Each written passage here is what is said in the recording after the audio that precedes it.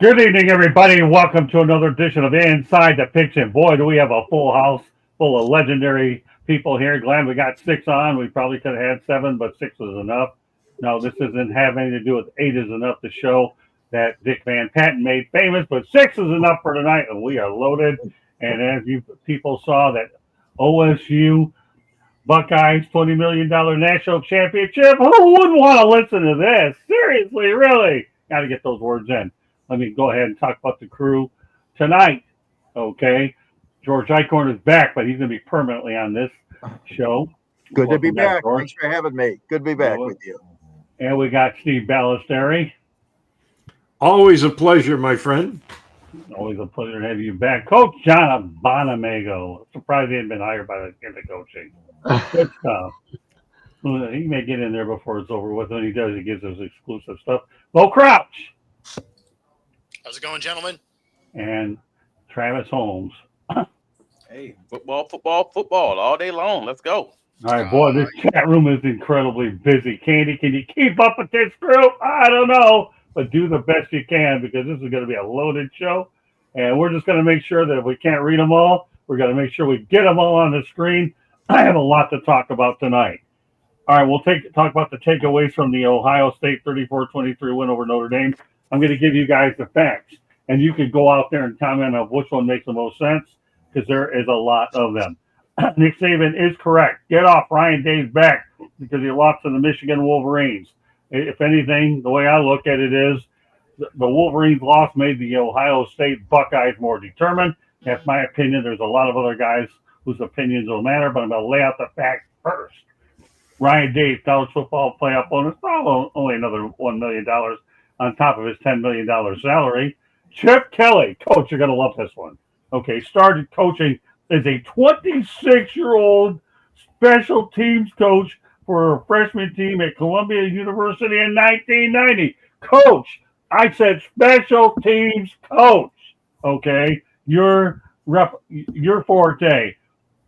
Now, 35 years, 6 schools, and 2 NFL stints later, he's a national champion for the first time at 61 years old. And guess what? He left UCLA to go to Ohio State as an offensive coordinator. How does that move look now? I got plenty more, but I'll go around the horn with what I have, and then we'll continue to follow up. We'll start off with George Eichhorn. Which one of these is more impressive to you, if not all of them? Go ahead, George. Well, I think just overall, the comeback, after Ryan Day, they lost to the Michigan Wolverines, as we know, upset. And, the personal grief that some of the fans threw at him, of course, whereby I heard he had to get protection for his family at home, which is very sad. But it was a great comeback from where they were just a few weeks back. Ohio State, obviously, the more aggressive team, the more aggressive offensive weapons they had. Didn't surprise me at all. Notre Dame put up a decent fight, losing by 11. But I'll tell you what, I think Ohio State deserved that win. And even though it was a surprise to some people going in, these two teams facing each other in the championship, the Buckeyes deserved to win. And obviously they played a hell of a good game. And, Notre Dame hung in there, but they just didn't have all the weapons, that the Buckeyes did. What are your thoughts, George, about what Chip Kelly did? When you talk about a bold move leaving a head coaching job at UCLA, let alone the fact that he took an offensive coordinator job over with the Buckeyes. Yeah, that is a huge decision he made, and I know Coach can relate to that too, with what goes through the minds of the assistants or coordinators or head coaches when they move around. But I'm happy for him. I mean, he's been toiling a long time in college football as a coach, and I'm happy for Chip Kelly. I think but it is a surprise that he took it. But hey, he went with a top-notch program, obviously with Ohio State, a top-notch, one of the top 5 in the country. All right, Steve, you know where we're at so far. I have more than I'm going to add to this college football, but why don't you start from where we're currently at the moment, Steve? Well, I go back to what Coach Saban said, right? I mean, they wanted to fire this guy after the Michigan game, and then he turns around and wins a national championship. I think some people are probably wishing they took back some of those posts on social media about right now, or last night, I should say. They were obviously the best team throughout the playoffs. I don't think anyone really challenged them in any particular game. Notre Dame hung tough, but this was a no doubter, I thought. Anything else you want to add, Chip Kelly, or are you fine with this? Well, good for Chip Kelly. I never understood why he wanted to leave a head coaching job on his own volition to become an offensive coordinator at Ohio State. But guess what? It worked out for him. All right, Coach. Well, look, Ryan Day's done an amazing job. I mean, you understand the frustration if you're Ohio State faithful, losing to your rival 4 years in a row. But unfortunately, in this day and age, and it's not going to change with social media and all those things, everyone has a voice, and, it's hard. And I think that any coach that's in a position at a major institution where it's important, where people care, it's an unfortunate byproduct of what comes with the territory.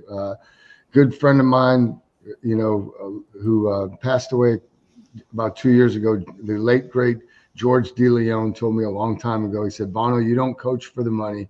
You coach because you love the game. The money's for your family, and so your wife can tolerate the other moms at the bus stop when they're talking bad about your husband. So, good for Coach Day. Again, next year it'll just be another year, and I don't think the goals will change. Within that locker room, you think about those outgoing seniors they have a national championship, but they never, they leave without knowing what it's like to beat Michigan. So, that's so I think it's natural for fans and people who follow that program to be frustrated. As far as Chip Kelly, look, the guy's a friend of mine. I'm really happy for him. Deciding to leave UCLA, there's always going to be a backstory behind the story that people don't, that the public doesn't really know. I think there's probably a lot there that didn't come out and may never come out, what his internal motivation is. The problem you have, or I would say the problem I would have with making a move like that is, as a head coach, the decisions that you make are going to affect a lot of people. You have a staff of, the recruiting staff, all of those people that, their livelihoods are tied to you and the decisions that you make. And so that's a really tough one to just step away from like that, because, in normal situations, it means they're going to bring somebody else in. There's going to be other people who might be left off the train, might not have a chair when the musical chairs deal stops. So that's, that would be the only, part, that would be the part that me personally, I would struggle with. But, I'm certainly not questioning Chip or his decision. I know him, I know his character, and I'd say there were probably a lot of other factors involved that made that decision for him. Well, keep in mind one thing before I turn it over to Bo. There's a lot of head coaches that are starting to go to offensive coordinator positions because of the complexity of the way college football is. And even though we've talked about him, the only reason why we're talking about Chip tonight, Coach, and everyone, is this guy went ahead and cashed in that chip, pun intended, and he got a chip in his pocket called a national championship. All right, Bo. Yeah, I mean, so on the Chip Kelly end, he left on his own accord, sort of. It was heavily speculated that they were going to fire him. He was one game over 500 in his tenure there in UCLA, so it was heavily speculated that he was out of that job regardless. Him leaving when he did allowed him to join the staff that he did. Ultimately, was a great move. And not to say that guaranteed he was going to get fired or anything like that. It just, obviously that was the speculation that was out there. But, it sounds like he was leaving that position either way. Funny what 3 weeks of football does to Ryan Day, because they were saying if he got smoked by Tennessee, he was out, right? You lose in the first round, it's a wrap. you're out the building. Now you have a ring. Everything's amazing. 3 weeks of football is wildly different when it comes to a career. So, congrats to Day and Ohio State. I'm glad that Notre Dame came back and made the game interesting, because about halftime, it felt like you could just about shut that game off. So for them to kind of regroup and at least make it interesting in the second half was appreciated. Hey, Travis, you got the last word on it, unless I think of something else. Oh man, I mean, I think this very, very intelligent group of ball knowers has covered this thing from top to bottom. At the end of it, it was a very good. I'd be lying if I said it was a good game. I know a few people have already kind of mentioned that, yeah, it was exciting. No, it was not. I fell asleep multiple times watching the game. I'm happy for Ryan Day. Great, because to everyone's point, yeah, the man probably salvaged his job, or if not, he at least salvaged the hot seat for a few years. In most other sports and basketball, football terms, I would probably call this a contract year sort of performance. When you're under that gun and you find a way to perform, or the guys found a way to perform for you, great. That's awesome. Good for him. Hope those checks keep cashing. As as far as Chip Kelly's concerned, hey man, very many coaches have kind of gone through that same thing. Leaving from a head coach position, whether or not he was going to be forced out, whether or not he was going to have the ability to maybe make some changes and stay there. It was 3 years straight with an 8-win team.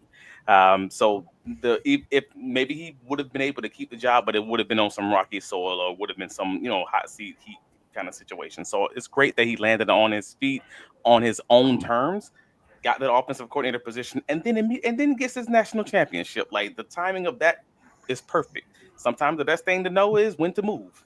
Cool, good job. And he did that. So congratulations to him. Congratulations to Ryan Day. Congratulations to that squad. It was absolutely unexpected from my perspective. Not the team that I expected to win the championship, but also the playoffs didn't go how I expected it to go. So that's why we have a playoff. That's why you play the game. Love it. Hey, Scott, can I make one more comment on that? Absolutely. Go ahead. With the Chip Kelly thing, let's go back and revisit the sequence of events that caused that. It started with Jeff Hatley leaving a head coaching position at Boston College to go to the Green Bay Packers, which opened up the Boston College job, which was then filled by Bill O'Brien, and then Chip Kelly ends up at Ohio State. So it's the providence and the twisting of those decisions.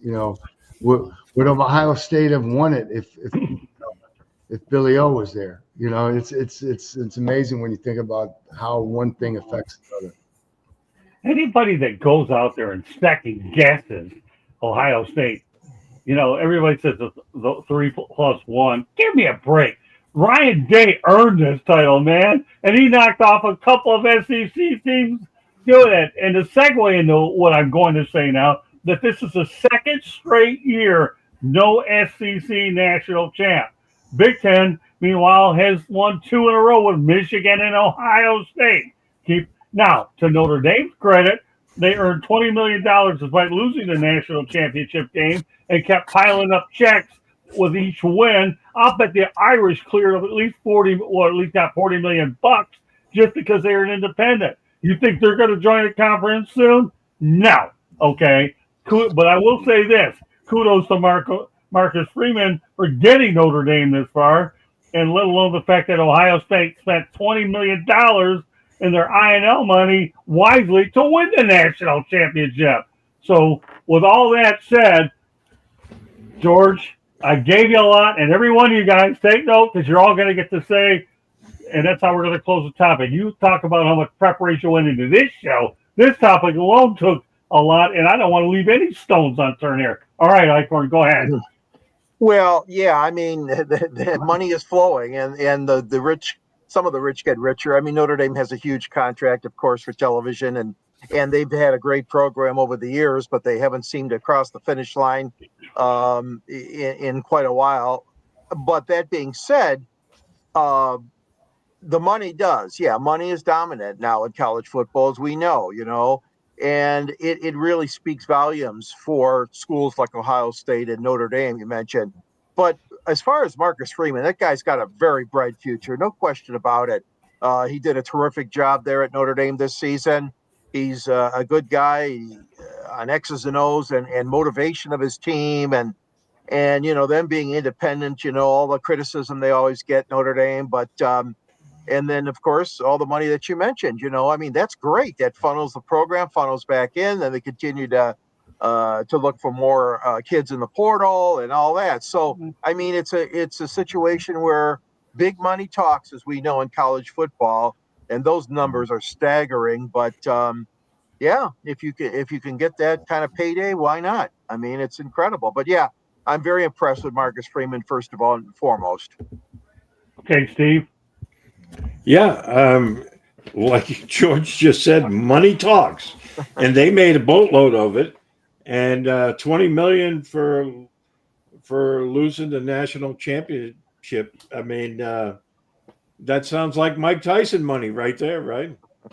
He didn't he win or earn 20 million for that Jake Paul fiasco there that Mike didn't want to hit him,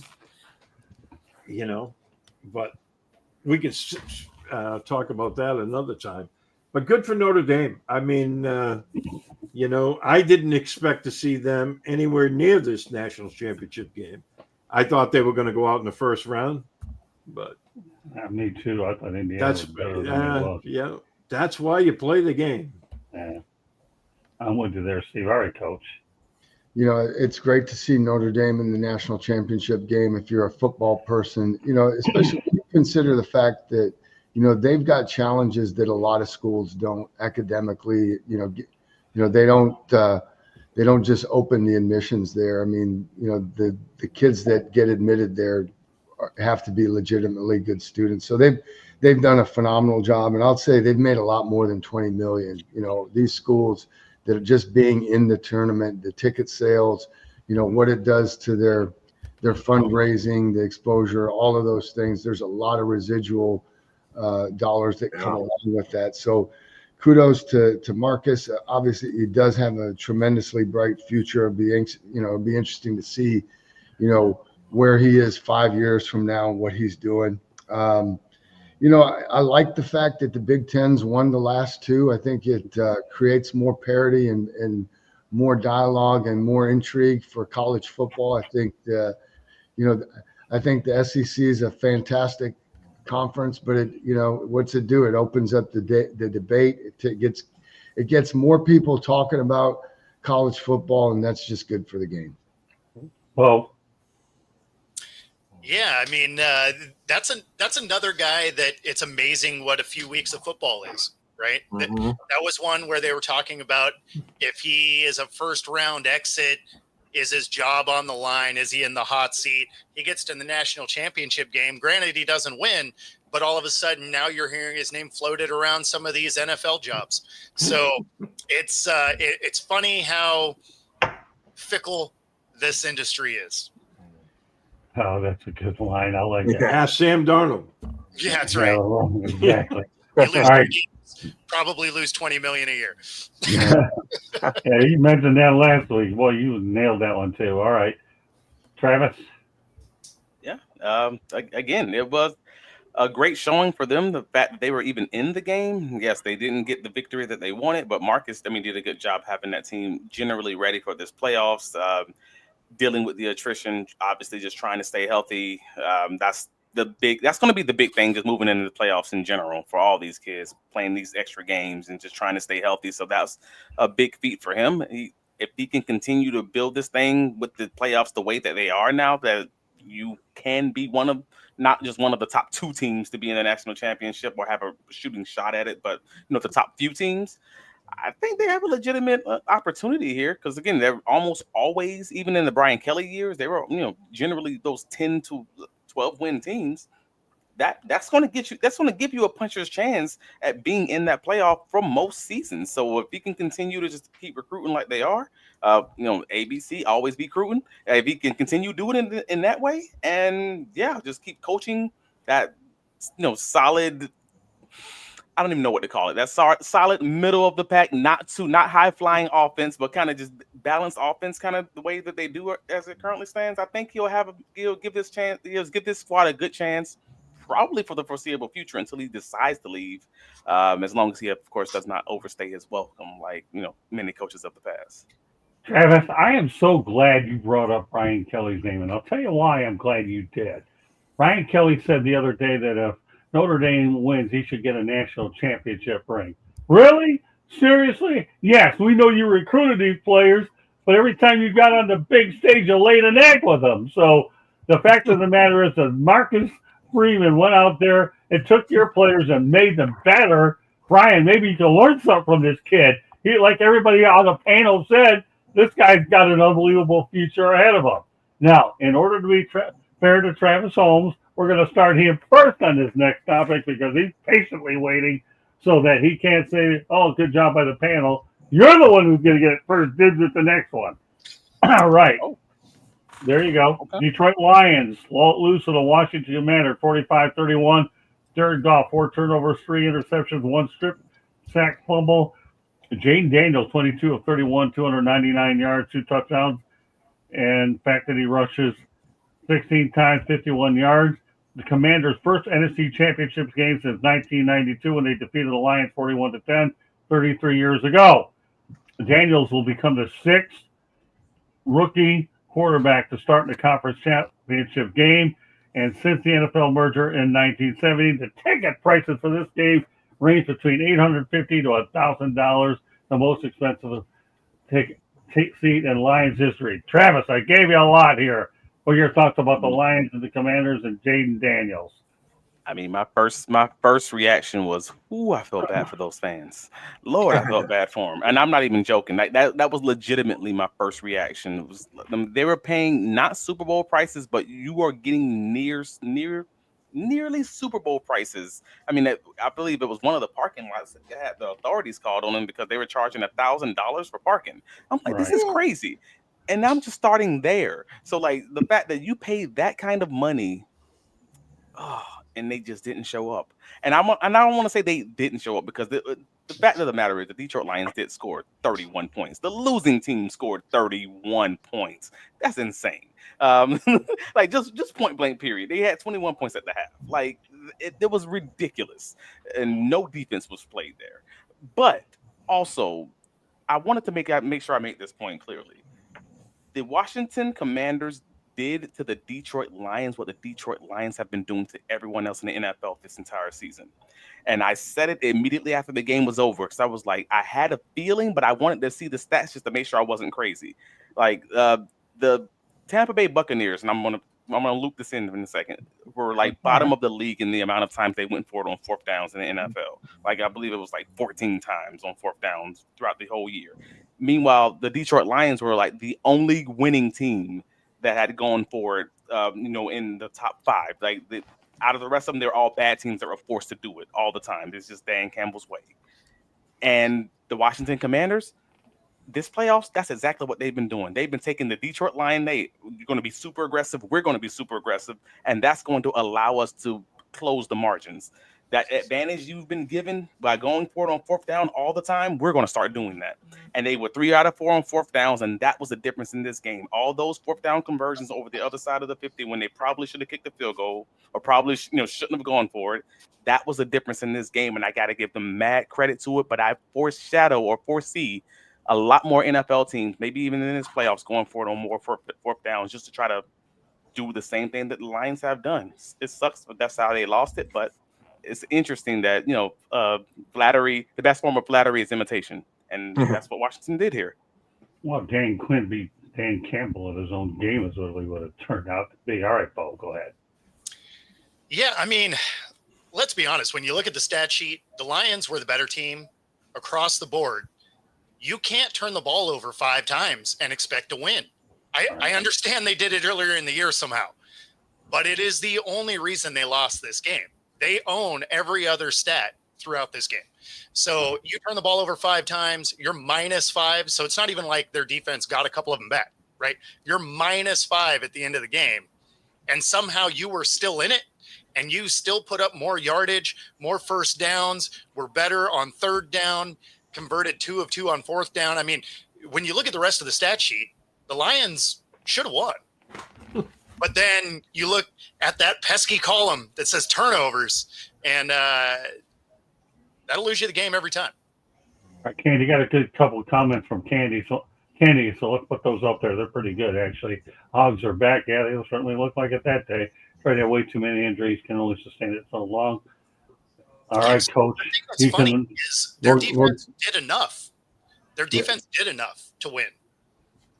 Yeah, I'm with Bo. Everything Bo said, it's and to answer that question, it's exactly right. The defense didn't turn the ball over 5 times. The offense did.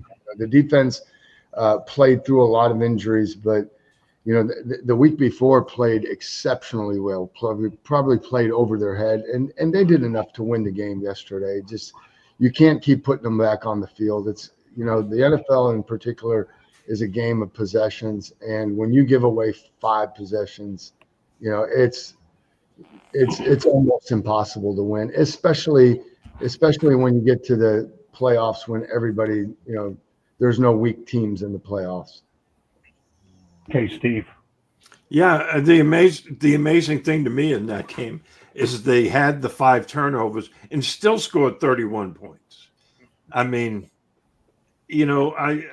that to me was just amazing. And I mean, yeah, they just turned it over too much. And I agree with Coach. They had too many injuries on defense this year. And you could see it catching up to them at the end of the year. They were involved in a lot of high-scoring games. And to top it off, then your offense turns the ball over 5 times, and, you're playing with fire at that point.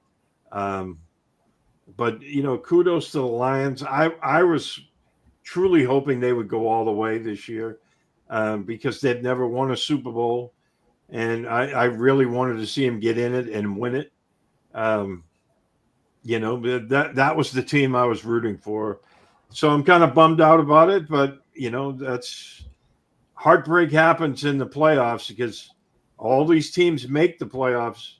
Only one team doesn't lose its final game. Well, George, you were there. Okay, the Lions, by the way, joined the Green Bay Packers as the only 2 15-win teams to actually not win a playoff game. So, George, you can take up the narrative from there. Oh, man. Yeah, the ticket prices were high. You guys commented about that already. No question about it. We all know Detroit had this love affair, as everybody knows, with the Lions. Hugely disappointing loss. Like you guys said, the turnovers, it was just stunning to see Goff not have the rhythm that he had for most of the season. He was off his game, obviously, with the fumble and the 3 picks that he had. Jaden Daniels, come on now. This kid's a rookie, but boy, oh boy, did he show the poise on the field. He really, really executed that game plan so well for Dan Quinn and the offense. You got a new quarterback, you had a new general manager, you had a new coach.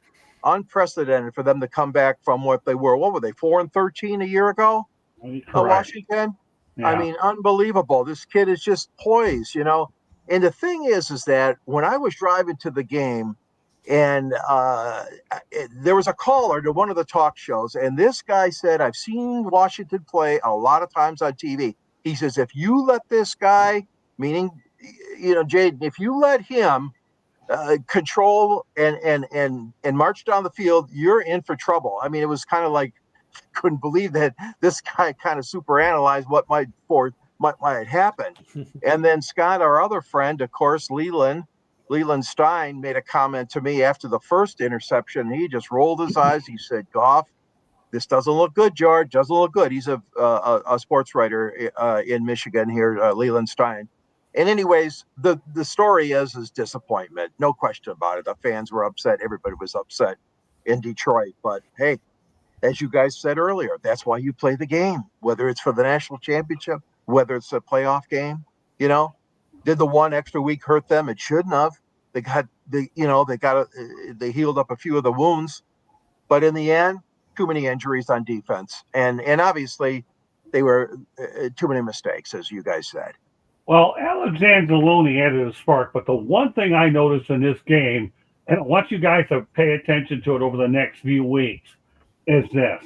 The Lions added Teddy Bridgewater as their backup quarterback. When the coaching situation is all said and done, I have a gut feeling, not a source. Coach, you know what instincts tell you in this business, right? They're usually not too far off, are they? That Teddy Bridgewater, if he's not the backup quarterback, will be on the Detroit Lions coaching staff. And I think Dan Campbell loves him. He won a state championship. I know you'd like to see him up in Jacksonville, but we know. I don't think he's leaving his high school down here in Florida. He beat my high school in the state championship game. I knew you were nodding your head for a reason. I was mad that he left to go to the league after beating my freaking high school. So I was not happy with that at all. But he already stated that he was hoping to go back and coach his high school and continue to try to get another championship and kind of jump into the NFL, be a mercenary in the NFL in the playoff time, basically. Well, we'll see what happens. I love the spirited conversation with you. I didn't know he beat your high school, but I'm going to finish my point. We'll just use hypotheticals because this is the type of show where we like to stir interaction amongst us. We'll load everybody out there listening and watching to us. But Teddy Bridgewater, to me, if he's not playing quarterback, because he looked pretty impressive on that one drive when Goff got sent to Thailand or Mars, wherever the heck he went to for that one particular drive. But the reality of the situation, I have a feeling that Dan Campbell's got something up his bag of tricks that he's going to get Teddy Bridgewater on that coaching staff. Travis, you know what? We know you're a regular on this show. Stay tuned. But you know what? I still believe in my mind that Bridgewater's going to work his way on that Lions coaching staff, but at least for one drive against the Commanders, he was definitely the general and led him on that drive when Jared Goff had a tough time at that point. Great stuff, though, Travis. Thanks a lot for chiming in. Much appreciated. One other topic that we'll go with, and we're going to a station break. Days later, Ben Johnson is now the new Chicago Bears head coach. Would have taken the job in 23 had it become available. Quick, is Ben Johnson a good fit for the Chicago Bears? Travis. I'm so mad about this, man. I'm so mad about it. And I will easily acknowledge that he is probably going to be a good fit for the Chicago Bears.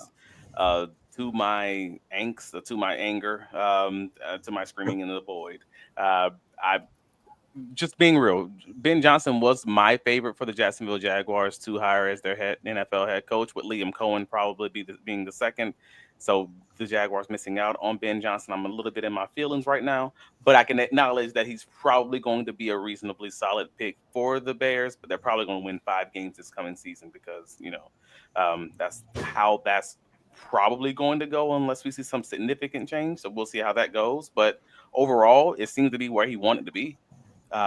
That means nobody else kind of didn't have a chance in this process, even though he was interviewing as professional courtesy, kind of figuring out what's going on with these other organizations. But he kind of came out and stated, like, this is where I wanted to be from Jump Street. I would have already applied here beforehand if it was available previously. So it is what it is. I can have my feelings on it, and I almost halfway hope that he is unsuccessful because I'm a hater at this point. He's not with my franchise.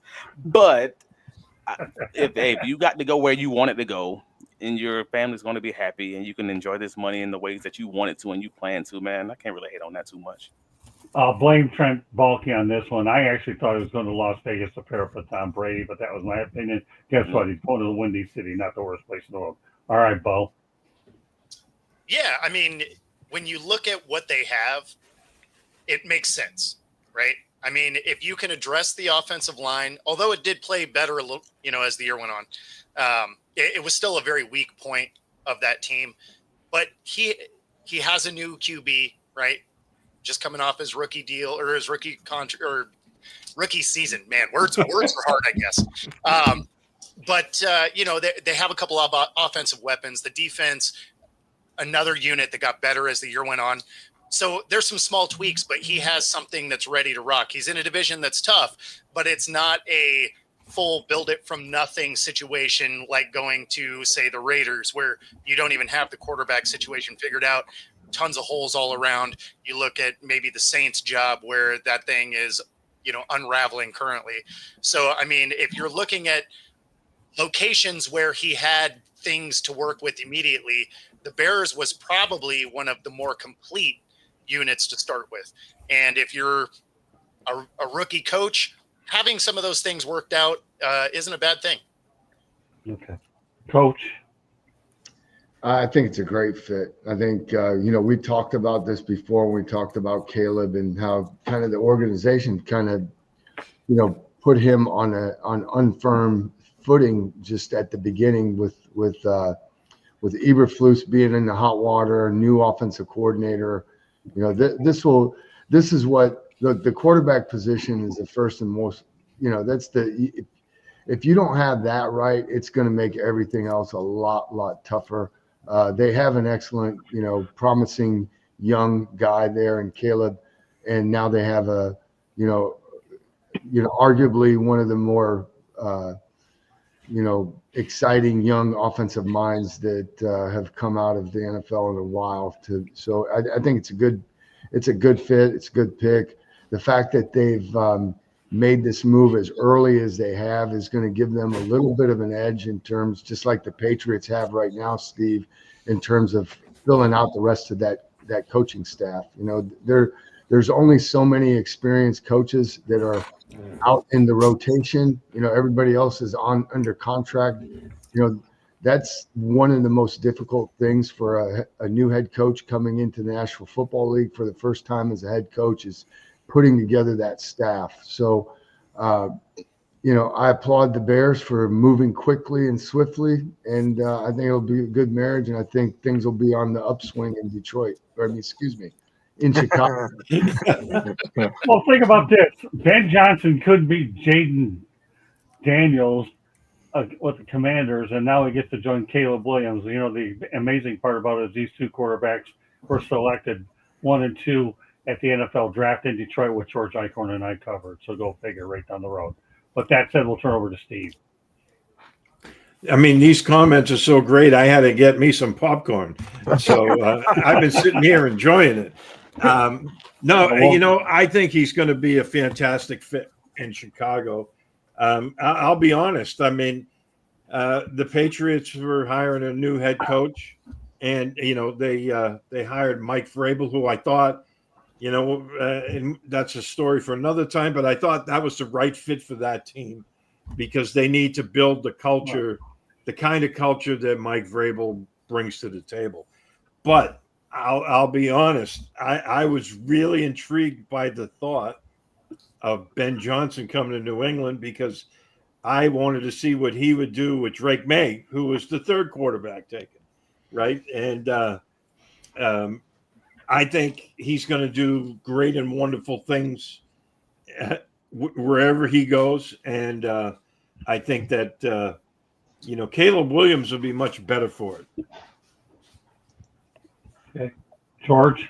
Well, obviously, you had nothing but praise for Ben. I mean, he was honest the last couple of off seasons. He thought about other openings, and we all know the history there. He wanted to come back to Detroit, wanted to see them get to the Super Bowl, and obviously have a shot at winning it all. Unfortunately, that didn't happen with Saturday night's loss, excuse me. But Ben has a bright future. Just like we talked about Marcus Freeman earlier. Ben Johnson is bright. He's just got all these different trick plays and things that he has designed for the Lions offense the last few years. But the thing is like you guys were saying, he's got a young quarterback he can teach and do some one-on-one work with, and being the offensive genius that he's been, coordinator here, he's got a bright future. Can they turn it around? Probably not that quickly, as we know there are a lot of issues in Chicago. I mean, on that roster. So obviously that's going to take a few years, but they got a great man. They got a good man, and I know that Dan Campbell is sorry to lose him. But like Campbell said, hey, if when Aaron Glenn and Johnson go, I mean, these guys deserve it. I mean, they did a great job, a hell of a job in Detroit the last several years. Okay, you know what? Time for a station break. Candy, take over. You are listening to the South Florida Tribune YouTube channel. If you see the red subscribe button, hit it, like us, share us with all your friends and family, anybody that you know who would enjoy a show like this. Monday nights, we talk baseball. Tuesday nights, we talk football. Wednesday and Thursday nights, Sports Exchange and Fire Up. You just never know what we're going to be talking about, so tune in to find out. If you like to listen to podcasts, you can find us wherever you get your podcast. And then there is something the South Florida Tribune Publishing Company did. We published a book, Lessons from the Microphone, Tuning into the Enduring Wisdom of Visionary Leaders. It is written by your host, Scott, the Motor City Madmouth Morganroth. It talks about his 40-plus years of being in the media industry and how it has changed. George Eichhorn wrote the foreword as well. Beautiful, beautiful book. It is available on Amazon, Barnes & Noble, Kindle, Apple, and Google Books. It is also a link on our website where there is also a link to our merchandise store and a plethora of all kinds of great information. So go check out our website.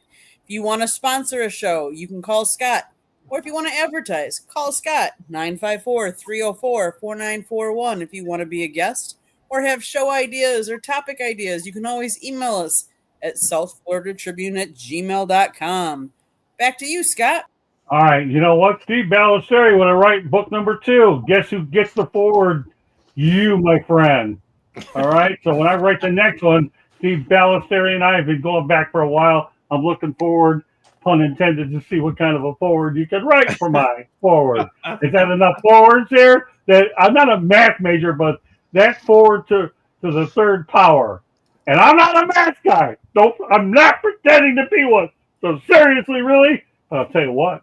I am going to do an audible highlight Letterman Sport. And we are going to Steve Ballesteri, who gets to comment on Mike Vrabel, the new head coach of the Patriots, and Josh McDaniels, the new offensive coordinator. Some thoughts about the hire, and the guys can comment if you want. But Steve, since you're on the show, you get first dibs. Go for it. The floor is yours. Yeah, as I said earlier, I mean, Mike Vrabel was the right choice for the Patriots. And I kind of thought that all along. I mentioned Ben Johnson because I thought, he would do fantastic things with Drake May. But, when you look at this Patriot team, they were ill-disciplined. You saw the penalties, pre-snap penalties, every single week. It was like, wash, rinse, and repeat. Vrabel is a no-nonsense guy. He's a tough guy. He's sarcastic to the nth degree, and he builds a culture wherever he goes. He makes it hard on the players, but he actually bonds really well with them. He was a great player when he played for the Patriots during the Super Bowl years. He won 3 Super Bowls. Bill Belichick said he was one of the smartest guys he ever coached.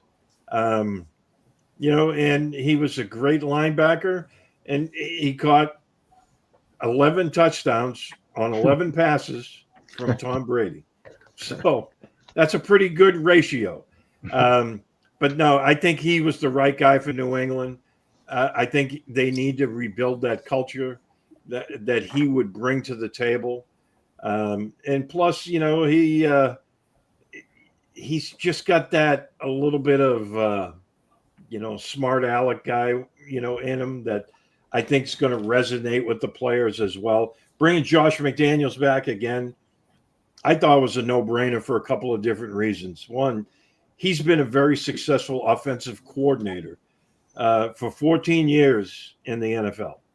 He's a terrible head coach, but he's an excellent coordinator. And, they proved that with him. He's also a very good teacher. He's worked really well with young quarterbacks.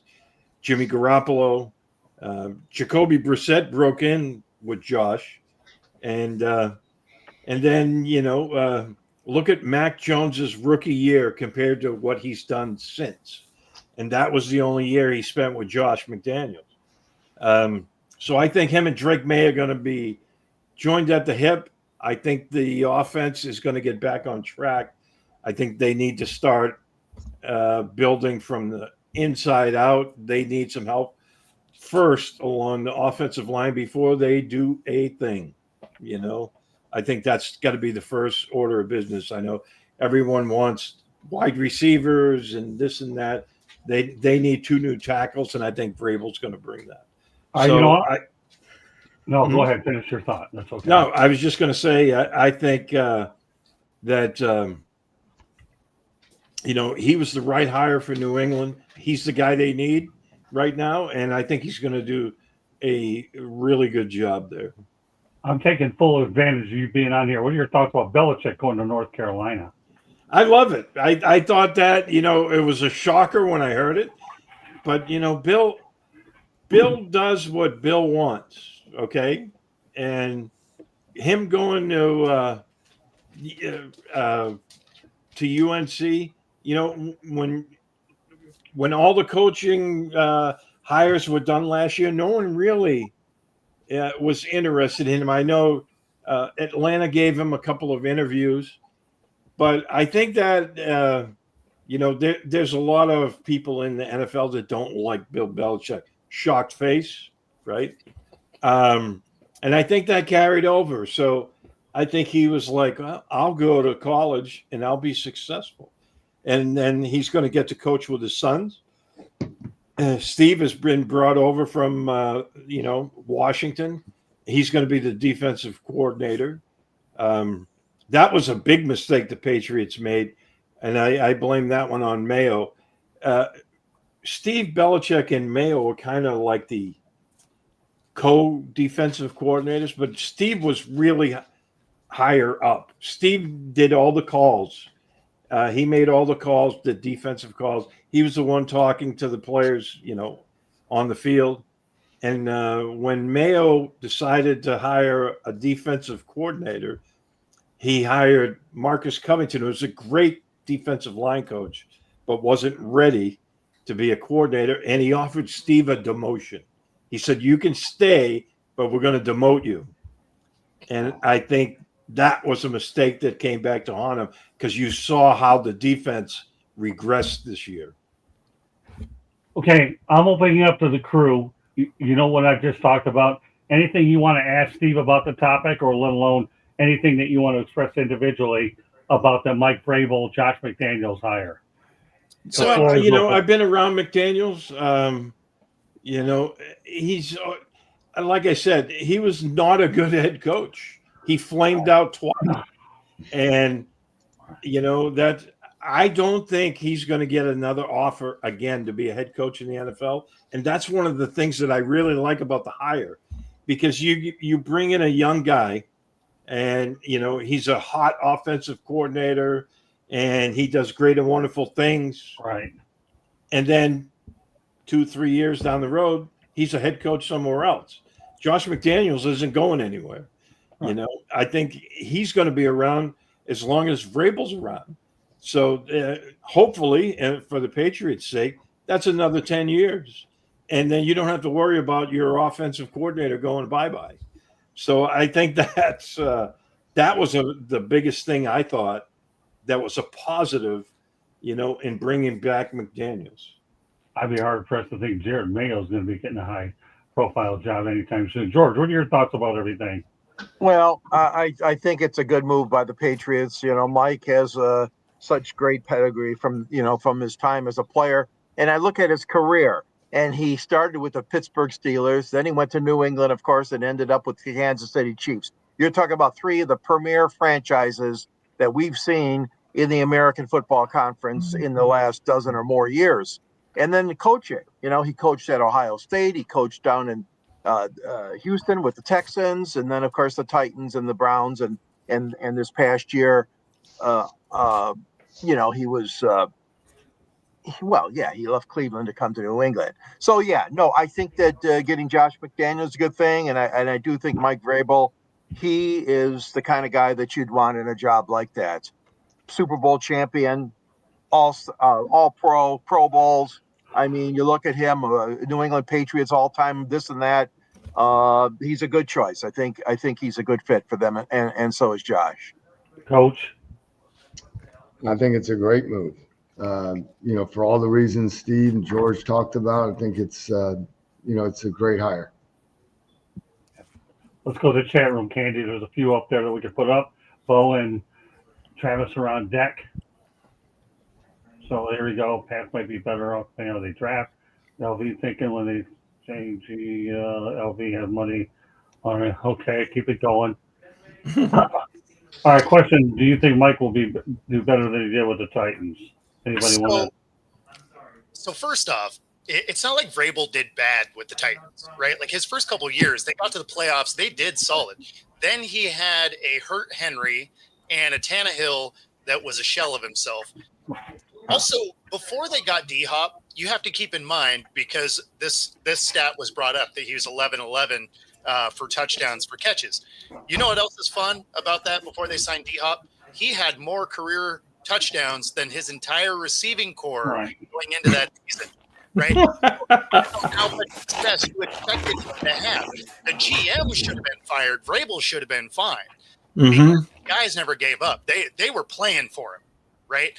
So, in fact, there's a hilarious quote from him towards the end of that season when they're like, "Hey, why are you even trying to win?" And he's like, "Because losing sucks, Gentry. Look it up." Because it is a hilarious clip. This move, however, is the worst kept secret ever because of who it is they tried to interview. They interview two Rooney Rule guys that aren't in the league, in Pep Hamilton, Byron Leftwich. Right? Leftwich is actually, I think he's got an assistant role somewhere, advisory role, I should say. Vrabel, and then Ben Johnson, because every list was required to have it. That was the entirety of their interviewing list.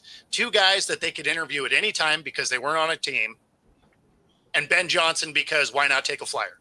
So this is the worst kept secret ever. Obviously, you were going after Vrabel. They didn't even wait for Ben Johnson to have the opportunity to come and do an interview. So I'm not mad at it, though. I think he's going to have success there. I like him as a coach. I didn't think he should have been fired the first time. So I hope he has success, sort of. Well, he never really had a great quarterback in Tennessee. And, I think that, we don't know if Drake May's going to be a great quarterback, but he definitely has all the stuff that you look for in one. Whether or not he takes that step up, will remain to be seen until it happens. But, with Josh McDaniels being brought on as the OC, I think May has a really good shot at that now. Okay, Travis. I might be the only person in this room that disagrees that this is a good offensive coordinator hiring, but I'm okay with it. I'm okay being out on that ledge. It is what it is. And I acknowledge I'm probably a hater in this situation, and that's okay. I love being able to make football to make football arguments about why someone is or isn't a good offensive coordinator or is just not good at their job. And just being honest, I don't really have a great reason here. I just don't like him. Like that's my God honest answer. Like I could lie all day, but no, I'm just not a fan of Josh McDaniels. I don't think he's going to be good because I don't like him. That's it. That's all I got. Because he actually has a great resume. When I'm looking at the resume, I'll be like, nah, man, this is actually it's great. It's great, and my vibe check just don't pass. That's all it comes down to. It's just like vibe check. It's not going to work. That's it. I have never heard the term vibe checks. Tell me how you really feel. That's a new one. My alarm just going off. I don't like it. I can't tell you why I don't like it because I actually do like Mike Vrabel. Like I legitimately do. I think he's a great culture. Like he's a great culture reset guy. Like he's a guy who's going to have this team wanting to knock down walls. Like he's going to get that part straight. You don't have any questions as far as that piece is concerned. His only question was always going to be is he going to have the right personnel and is he going to have that right offensive coordinator? And as long when he had Matt LaFleur, team's good. Arthur Smith, team's good. And even Todd Dowling had, the one good year, one okay, whatever. And then it kind of fell off the rails at that point as far as the Tennessee Titans offensive coordinators. Is Josh McDaniels going to be that person? Maybe. Like, he probably will be. Like, I think he can at least probably be as good as Arthur Smith was. And I don't think that's a crazy take to have. So because of him being that culture guy, he's going to be someone to establish the run and maybe make that offensive line and make the run game great again. I will believe in the plan more than I believe in the guy. And because of that, I kind of go with it. Like, I think it's a solid plan. I just like that you came in and you're like, there's no reason. I just think he should kick rocks. And then you're like, why? You're like, because those rocks needed to be kicked. Like, just that's it, man. I hope I never get on your bad side, Travis. Hey, Travis, you know what I've gotten out of what you just said? You're not sending Josh McDaniels a Christmas card. That's all. So all I have, I could lie to you. I could tell you the truth. It is what it is. You're not going to get. No, I don't care. Hey, listen, Howard Cosell made a lot of money telling it like it is, let alone the fact I didn't like him and that toupee, arrogant attitude of his. Don't get me going there. But with that said, while I have everybody on till at least 9:30, a couple have to drop off. I have one topic I want to make sure we all get to talk about. And we'll start off with George Eichhorn. Did CBS sideline reporter Tracy Wolfson cross the journalistic line, hugging Buffalo's Josh Allen after the win over the Baltimore Ravens? George? As a journalist, as Scott and I go back 45 years almost, I think she crossed the line. Yeah, that was not something that should have taken place on national TV or really at all. I mean, as far as a career goes, her job is to report and not to hug players. So I'm one that's I think she crossed the line, Scott. Okay, Steve, you're in the business like I am. Did she cross the line? Yes, no, maybe so. I don't think so. I mean, I think she's a little smitten with Josh, but a lot of guys shake a player's hand, when they congratulate him, whatever. I didn't really take it badly. I mean, I think it was just in the moment. Tracy Wolfson's been a really good pro. So I'm not going to throw too much water on that one, but I just didn't think it was all that bad. I mean, I just think I don't want to say too much here out of school, but anyway, I just think it was okay in my book. Coach. I'm in George's camp with this. I think it costs a line. I think it's unnecessary. Look, as a husband, as a married man, I definitely wouldn't want that. You know what I mean? I don't care what just happened. I don't want a hug from a female on national television. What's that? I just didn't think it was necessary. I don't like it. I'm not down with it. Bo? Yeah, I mean, I guess I just didn't really view it any different than had it been a male broadcaster dapping the guy up. Like, I didn't think about it in any type of way. So I didn't care. I do get what Coach is saying there. But I didn't think about it twice. Like, it didn't move the needle for me at all. Okay, we know how you feel about Josh McDaniels, but, we can temper it a little bit, Travis, here. This is Tracy Wolfson now, okay? So what are your thoughts about what she did to Josh Allen? Who cares, man? Like, legitimately, who cares? Like, who are these people that are out there making these big things out of these small things? Like, they're writing think pieces and articles and all these things, and I'm just like, bro, who raised you? Like, for real, what are we doing here? Like, I agree with male reporter. Yep. This isn't a conversation. Exactly. If it's a straight or a gay male, this is literally not a conversation. It's a conversation because she is beautiful. That's it. That's what we're talking about. And that's why I'm just like, bro, what are we doing here, man? Let's get back to talking about the real things that matter, like how I hate Josh McDaniels or anything along those Yeah, lines. that's all right. We got Lamar Jackson next, but I had to get it in. I'll just say this, and we'll graduate to Lamar Jackson. Fact of the matter is this: George and I are old school journalists, like we are. I've seen Tracy. She has a nice husband and 3 boys, and she has a beautiful family. I was a little surprised that she had done it. Do I look the other way or not? I don't know. I mean, I was just caught off guard by it, but let's face it. We're dealing in an age where media does react a little bit differently. The difference between fake news and real news.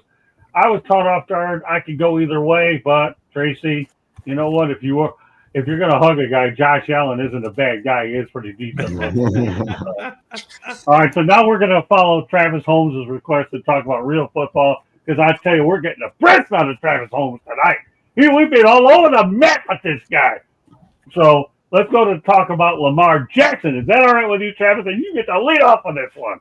Okay. Okay. Lamar Jackson owns a 1-5 record in the divisional round. In conference championship was quoted, "I'm tired of being right there. We need to punch that ticket, Travis Holmes." What do you think? I mean, I think is his ticket to punch. I'm sorry. I don't know who are you saying that to someone else? Like that this is you're the punching ticket guy. You got to arrive in the playoffs, bro. Like that's really what this comes down to. Like he has not performed in the way that he has not performed in the postseason like he performs in the regular season in any of his years so far in the NFL. It's just an objective truth. And I can say that while also saying that the reason that they lost this game, at least after that first quarter, was everyone surrounding him. Like I think both things can be true. You can't have the 2 turnovers, especially one of them being what was it, a 10-point or a 7 touchdown, but realistically a 7 to 14-point swing. Cool. Yeah. You can't have that one play and then say you're not the reason that you lost the game, but at the same time you can also objectively say you were also one of the primary reasons your team was in it, and they came back late in the game and probably should have been in overtime at worst, if not won that game. Both things can be true, but at the end of the day, because his supporting cast failed him at multiple steps with the drops, with the fumbles, etc., we're going to be having a 9-10 month conversation about why Lamar Jackson isn't great, instead of saying why everybody around him failed him when the time was when the game was on the line and we had to have it. They just didn't come up with it because of the surrounding talent, not because of him. Sucks. Okay, Bo. Yeah, I mean, this was a team effort to lose this game. Obviously, Lamar had some issues, right? He throws a terrible pick. Looked like him and his receiver weren't on the same page. Then the fumble, he was just trying to do too much. But it was early, so that's something you can overcome. But then, obviously Andrews at the end drops that 2-point conversion. I don't know why nobody's talking about the fact that Derrick Henry got 16 total carries. Like he's busting off runs, those 16 carries, like he's putting up yards, and we're just going to not run the ball anymore. And it's a funny number that they stopped at 16, because throughout the season, 16 carries or less outside of 2 games with the Bengals, 1 in overtime, they lost. I feel like if we see video of this, right, the film don't lie. If you give him 16 or less, you lose. What are we doing? Stop out-coaching yourself.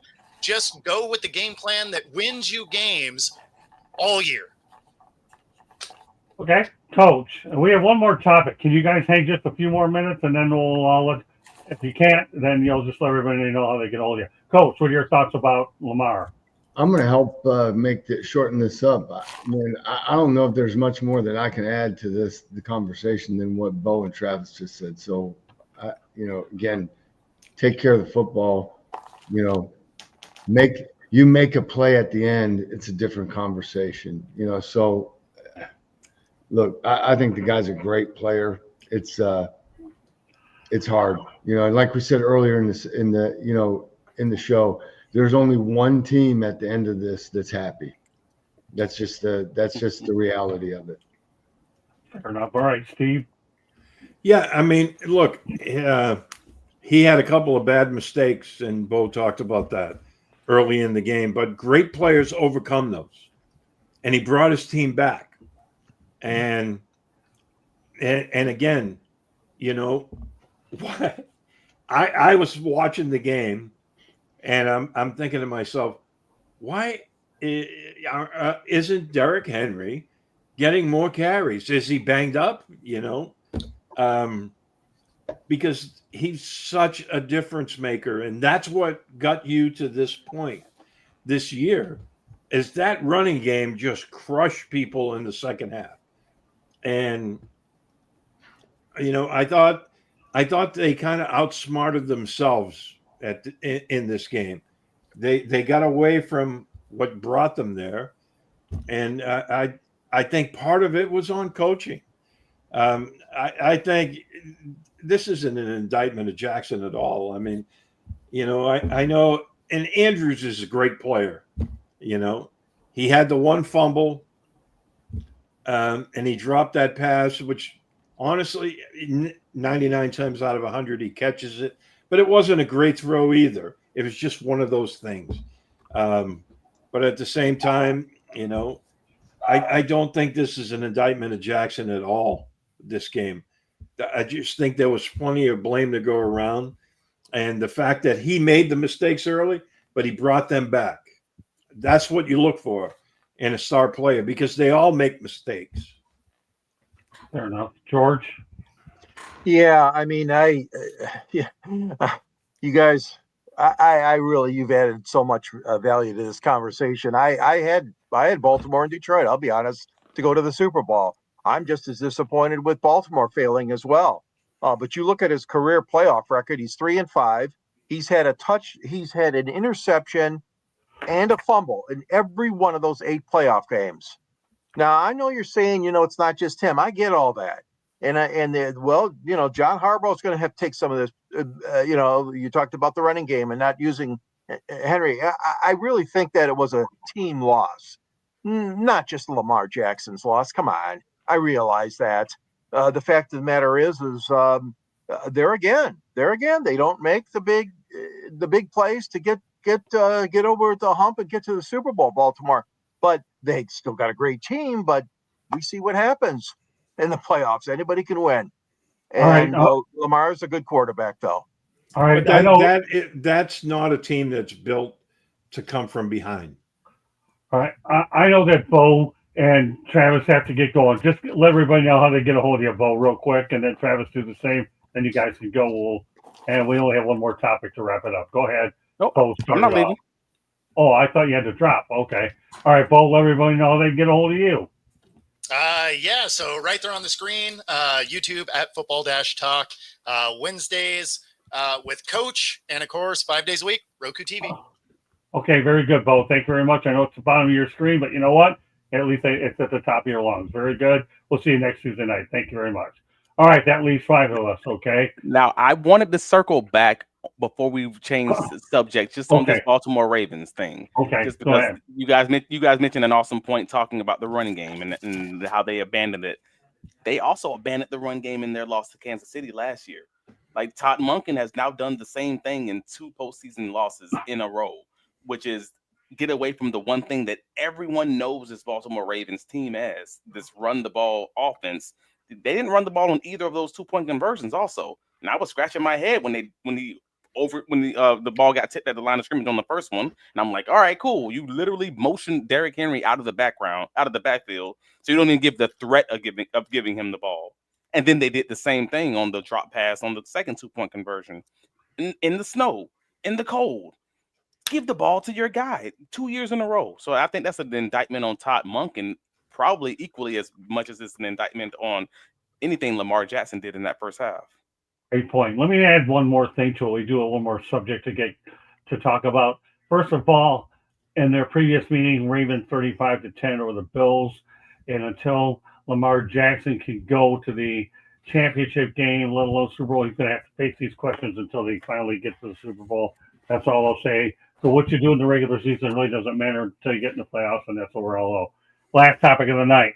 The Houston Texans are the first team in NFL postseason to outgain their opponent by 100 yards, no turnovers, and lose. All right. Travis? Yes, Lord. Oh, man. So obviously I am a Jacksonville Jaguars fan and someone who covers the team, so I'm a little bit biased here. Don't care. I don't like the Houston Texans. I don't like the Tennessee Titans. I generally don't like to see NFL players get calls or just flop or do things of that nature, like Pat Mahomes did in this game. And I generally don't like to see the Kansas City Chiefs get those questionable calls. But somehow or another, I just feel a little bit better about it happening when it happens against the Texans. So I unfortunately had no true dog in the fight other than my I can't say dislike, my hate of the Texans. So this was a great stat to be able to bring out of nowhere. Like, hey, you guys actually were the better team. Enjoy that all off season. Like, that's basically what it was. But yeah, unfortunately for them, I do hope they run it back this coming season. I hope they believe in the hype, and because I don't think this is a good team, but I think they were good enough to kind of just be where they are, if that makes any sense. Anybody want to respond to what Kenny just put up there? You guys remember in the game when Lamar Jackson was getting sacked and he slowly rolled the ball towards the other end zone for them. I'll let you guys add or to it if you want to. I don't know what they're referencing. I don't know either.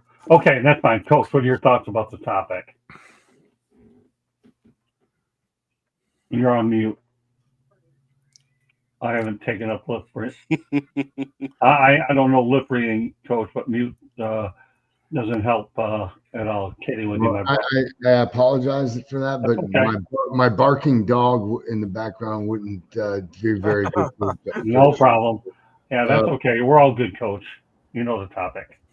I don't know the topic. Oh, all right. Well, all right. The Houston Texans are the first team in NFL postseason to outgain their opponent by 100 yards, no turnovers, and lose. It just kind of shows to me, highlights the statistics, right? Ultimately, the only stat that matters is how much, who scores more points. I mean, I think the Texans are definitely moving in the right direction. This year, I didn't see them come out the gate the way I thought they finished last year. I thought they took a step backward early in the season. I felt like they righted the ship down the stretch. They were playing good football, but I think if you're a Houston Texans diehard, I think you still have a lot to be excited about. Steve, and keep in mind the fact that I like the fact that Travis Holmes was talking about Todd Monken and C.J. Stroud. Backs your point up, Coach, that this team has a lot to look forward to. Steve. Yeah, I mean, this game, it's like the Kansas City Chiefs are good enough that they don't have to have the referees on their side. And it just, I mean, you watch these games and like that roughing the passer call was just so BS, I mean, and this happens all the time. The Chiefs never get called for holding, especially late in games.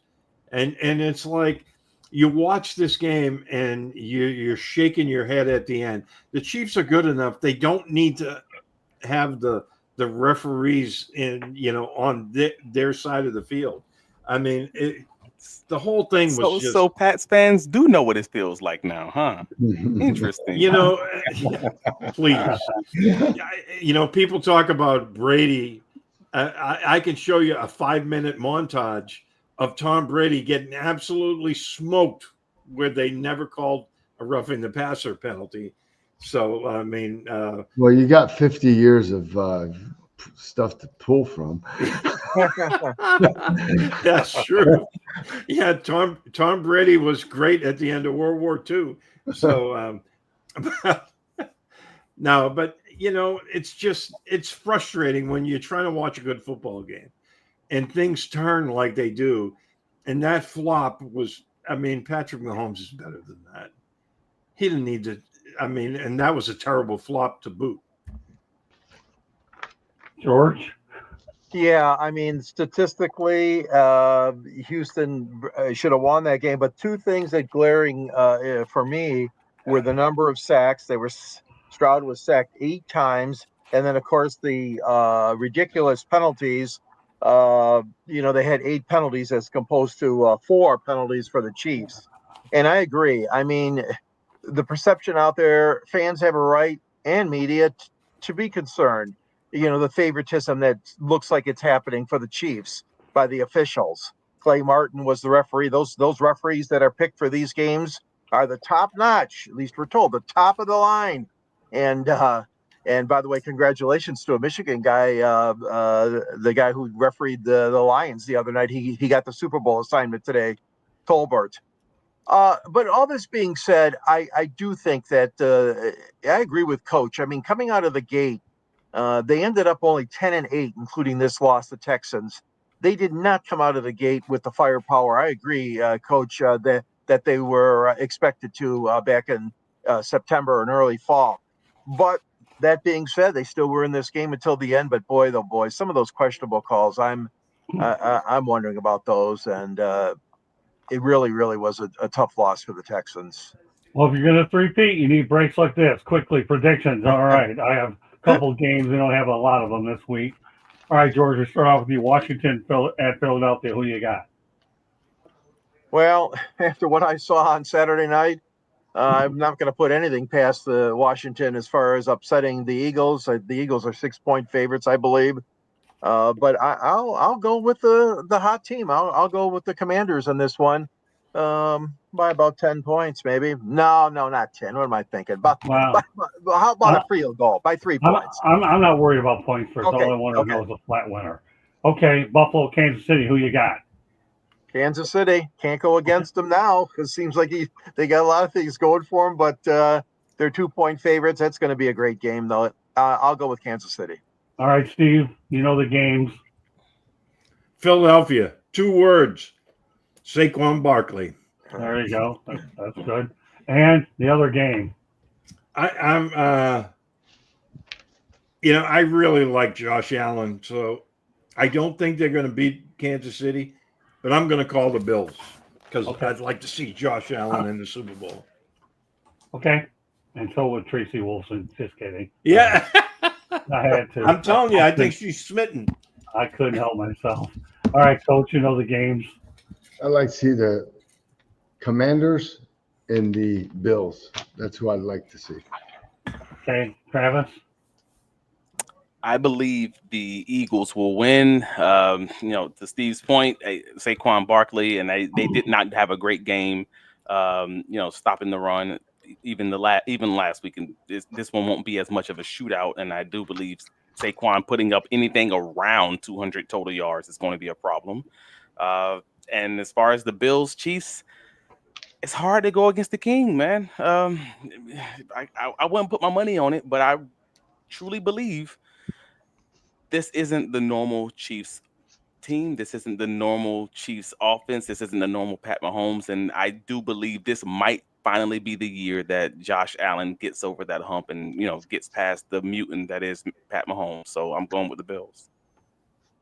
Oh, I like your justification there. Really good. Okay. Very good. All right. Candy, station break. Everybody gets a chance to identify themselves. All right, go ahead. One last station break. Thanks for hanging in there, Coach, a little bit longer. Much appreciated, okay? You were listening to the South Florida Tribune Publishing Company. We published a book, Lessons from the Microphone, Tuning into the Enduring Wisdom of Visionary Leaders. It is written by your host, Scott the Motor City, Madmouth Morganroth. The foreword is written by George Eichhorn. It is available on Amazon, Barnes & Noble, Kindle, Apple, and Google Books. Audiobook to come out later this year. There is a link on our website, www.southfloridatribune.com, where there is a link to our merchandise store as well, and a plethora of all kinds of other great content. So go check out the website. If you like to listen to podcasts, you can find us wherever you get your podcasts. Monday nights we talk baseball. Tuesday nights we talk football. Wednesday and Thursday nights, you just never know what we're going to be talking about. So stay tuned to find out. If you see the red subscribe button, hit it, like us, share it with all your friends and family. We'd love more subscribers, please. If you want to advertise or sponsor a show, call Scott, 954-304-4941. If you want to be on the show or have guest ideas, email us at southfloridatribune@gmail.com. Back to the program. Actually, Candy, you know what? I want you to come on. You get predictions, too. Uh-oh. Predictions? Yes. Okay, so, it's kind of funny because I've heard there is this thing out there that says the logo of the Super Bowl shows you who's going to be in the Super Bowl. So if you go by that, the the colors are red and yellow, so you're thinking Chiefs and Commanders. Do I want that to be? No, I'd like to see Commanders and Buffalo. Okay, there you go. I don't know. Did I make a prediction? I don't know if I did. No. I don't think you did. Oh, I didn't. Well, I'll do it now. I'm going to go with the Commanders, and I don't know why I have a gut feeling. For some reason, Travis Holmes makes too much sense. Okay, I have a feeling that the Bills are going to get in. I don't know why, but if the Chiefs get in there, they'll get in there because of Travis Kelce, because this guy has money at crunch time, and Patrick Mahomes. But Travis, you've been on target all night for crying out loud. All your comments all over the map. So you give the man, he's an MVP tonight, Travis Holmes, because this guy knew how. He reminds me of Eric Katz. You know what? One thing about Eric Katz, one of my younger guys, Travis acted like he was brash and intelligent tonight. Those are great qualities to have. Great stuff. All right. With that said, Coach, let everybody know how they can go hold you. I know yours is pretty easy, but go ahead anyway. You basically can't. You can see me here on Tuesdays. You can find me with Bo on Wednesdays, and if everybody on here has my cell number. So if you don't have my cell number, probably can't get a hold of me. You might try me on LinkedIn, but sorry, but that's just the way it is. Hey, LinkedIn's not so bad, my friend. I've got a lot of great guests off of it, a little over the fact I got you. All right, it worked out pretty good. All right, Travis, go ahead, my friend. You can find me on all the socials, Travis D. Holmes, Blue Sky, X, etc., Facebook, Instagram, all of them. You can find my writings covering the Jacksonville Jaguars at bigcatcountry.com. We have a podcast for Jacksonville Jaguar fans. That's the Duval Dive Jaguars podcast on YouTube, Spotify, all your podcatchers. And you're randomly going to find me jumping in on someone's podcast probably every week. You'll find me here every other Tuesday inside the Pigskin. That's it. For the most part, that's the main thing. So it's Jaguars. That's what I'm here for in NFL talk. Appreciate you guys having me as always, man. How's Blue Sky working out for you, Travis? I haven't been on there in a couple of weeks. I'm trying to I got just over 600 followers in 2 months. It's not bad. Steve, this is another one. I haven't had time to work it lately, but you never know what else is out there. All right, leave alone. In fact, that the guy I met on Twitter, is Steve Ballesteri. Give it to him, Steve. Let him know how they get a hold of you, let alone in fact they'll be right my next board when I get and for those of you guys who are listening that want to get in touch with Coach, I have his home address, so feel free to drop in anytime. I'll be getting his home address. Him and I are due after the Super Bowl. I need to get up there, Coach. We need to talk some serious business, all right, after the Super Bowl. Go ahead. Thanks again for inviting me, as always. You're welcome. Love to have you. We love having you on, man. You can find me on Twitter at SteveB7SFG. I write for PatsFans.com. I've been there. This year will be year number 14 coming up. So, and then we do a podcast, Derek Havens and myself, Russ Goldman. We do a podcast called Patriots 4th and 2. So anytime you can get a hold of me on other social media at Steve Ballesteri. Did I know if there's a Patriot subject that's hot, we bring it on when I know I got you on there. All right, let alone here's my partner in crime for 45 plus years, Mr. Eichhorn, who was brought in by popular demand, right, Coach? Yes, sir. Well, thank you all. Thank you all. You can reach me at Yahoo, gicorn@yahoo.com. You can find me on LinkedIn under my name. You can find me on Twitter at SanGSports99. Follow me on the South Florida Tribune. I write under the Motor City Tribune list of contributors, where you'll find my little link to the book. I wrote a book on Detroit sports broadcasters on the air. And at the end of my column, there's a link there for you to click on that if you care to look at it and purchase it at Amazon. But find me on this station, always wanting to help out. 108 Stitches, and of course, Inside the Pigskin, and other shows, Sports Exchange, wherever Scott and Candy need me. Hey, I want to say one thing before I leave. Today we buried my 101-year-old Aunt Helen. I've just had to mention her because it's not often where we have a relative that lives that long, and what a great life she led. And farewell, Aunt Helen. You're reunited with Uncle JT now, and it was a sad, but it was a nice farewell for her. But thank you for letting me share that. Well, rest in peace, and we'll dedicate the show to Aunt Helen. How does that sound? Thank you. Marking Sounds your great. return Thank back you. to this show. All right, well, that does it for this edition of Inside the Pigskin. I knew it was a loaded show when I put it together, but I want to thank Bo Crouch, George Eichhorn, Steve Ballesteri, Travis Outspoken Holmes today. He was right on par. He talked about he was a stick of dynamite in a lot of ways. He did it. And Coach, I could always count on his steady analyst. So with that said, and Candy Ebling as well, who did our producing all night. I want to thank everybody for joining us. Thank you, everybody in the chat room here for your great participation. Kenny, 49ers, you're very appreciated. And, we hope you subscribe to our channel, and because I know you'll be very happy with what we have. Kenny, you were absolutely great in the chat room, as well as the other individuals that participated as well tonight.